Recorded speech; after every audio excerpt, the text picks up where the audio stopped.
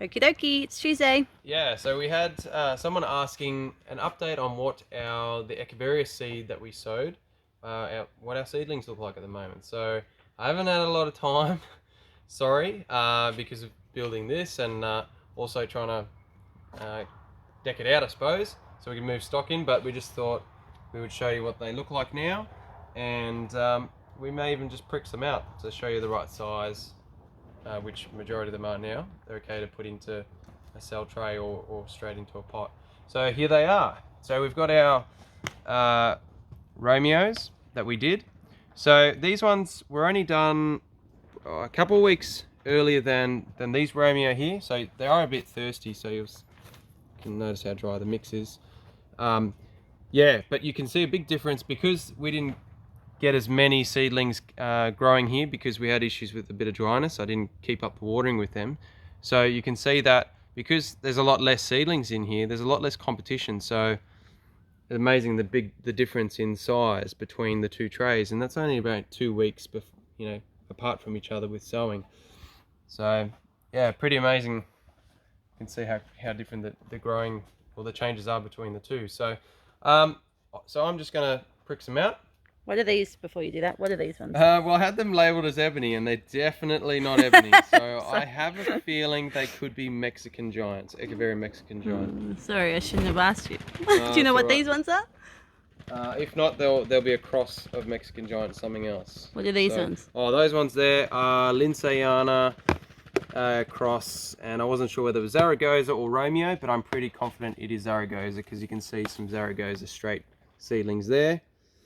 Yeah. Round, so that's all Zaragoza right there. So I don't think it's Romeo. And then this one here we did Lilacina cross Romeo, so a little bit of fun there. You can see from that one there a nice bit of Romeo colour. So I'm really keen to see what these guys look like when they're bigger. So pretty cute. Pretty exciting.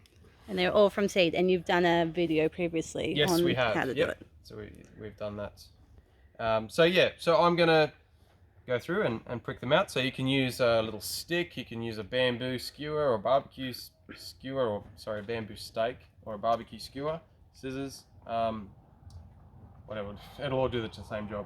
So these ones you'll see a little bit bigger. So I would personally put these guys, so they're around a 50-cent coin size, so maybe even a bit bigger. Maybe a little bit bigger than that, yeah. So these guys would be big enough. It's probably about half a dozen here.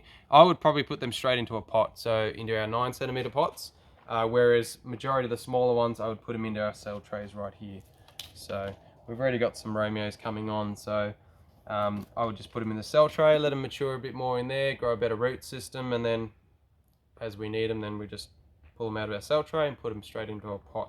So what's the advantage of, sorry, I thought you were about to go. What's the advantage of going smaller as opposed to just sticking them in a big pot? Why go smaller? Well, you want to gradually increase it because you want the root system to keep up with the amount of soil that it's in with a pot. So if you go too big of a size pot with a lot of potting mix and you've only got a small root system on your succulent, then you've got a very high chance of it rotting on you because the root system just can't compete with sucking up all that moisture in the potting mix.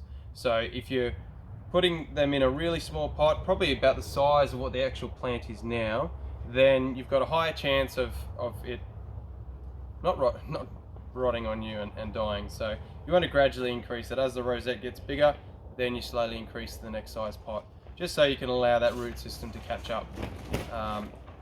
Yeah, otherwise, too big, you're going to stress the plant out and a high chance there of rotting. So yeah, that's a good tip there, and we've done a video on that as well. So yeah, so I'm just going to go with what probably this size here is a nice little size there. So I'm just going to go as far underneath the plant as I can, just so I get a nice amount of root system there. So that's a pretty good root system there right now, actually. And then I'm just going to create a hole there with these scissors, and then if you can actually trim them. So if they are a bit too wild, the root system, you can give them a little trim, and that's okay. They will grow back. So we just a little one, just so they can fit in there, and then we'll kind of make sure those roots are sitting down, and then we just compact that soil a little bit, the potting mix, sorry, not the soil, and away it goes. So you're better off thinning them out and putting them in their own little cell trays so they're not competing with each other, is that right? That's right, yeah. So you'll most likely get a lot faster growth, or you should. As you can see, it's between the two Romeo pots seedling trays that we did here. Yeah, so less competition, which is good. And we just put them in the cell trays just because, you know, we don't have a lot, well, we have a lot more space now, but we can't just have, you know, designate a massive amount of area just for Romeos, and so we like to stage it. So by keeping them all in our cell trays, we can fit a lot more plants, say, to a pallet, and then we just take them as we need them. Yep, and then replace them with more seedlings or cuttings or whatever it is, the plant that we're doing. So yeah, I'm just gonna grab another one. We'll go with this one here. So that's not bad. I'm gonna trim that bit off just there, just so I can fit it in. And I'm just going to do another hole there. So if there's dead leaves on them, should you take those off too? Yep. Oh, well, they're not completely dead, they're just wilting, so it's fine. But yes, if you do have some dead leaves that you notice, it is good to pick them off. Or if they're yellowing, so they're on their way out. That's it.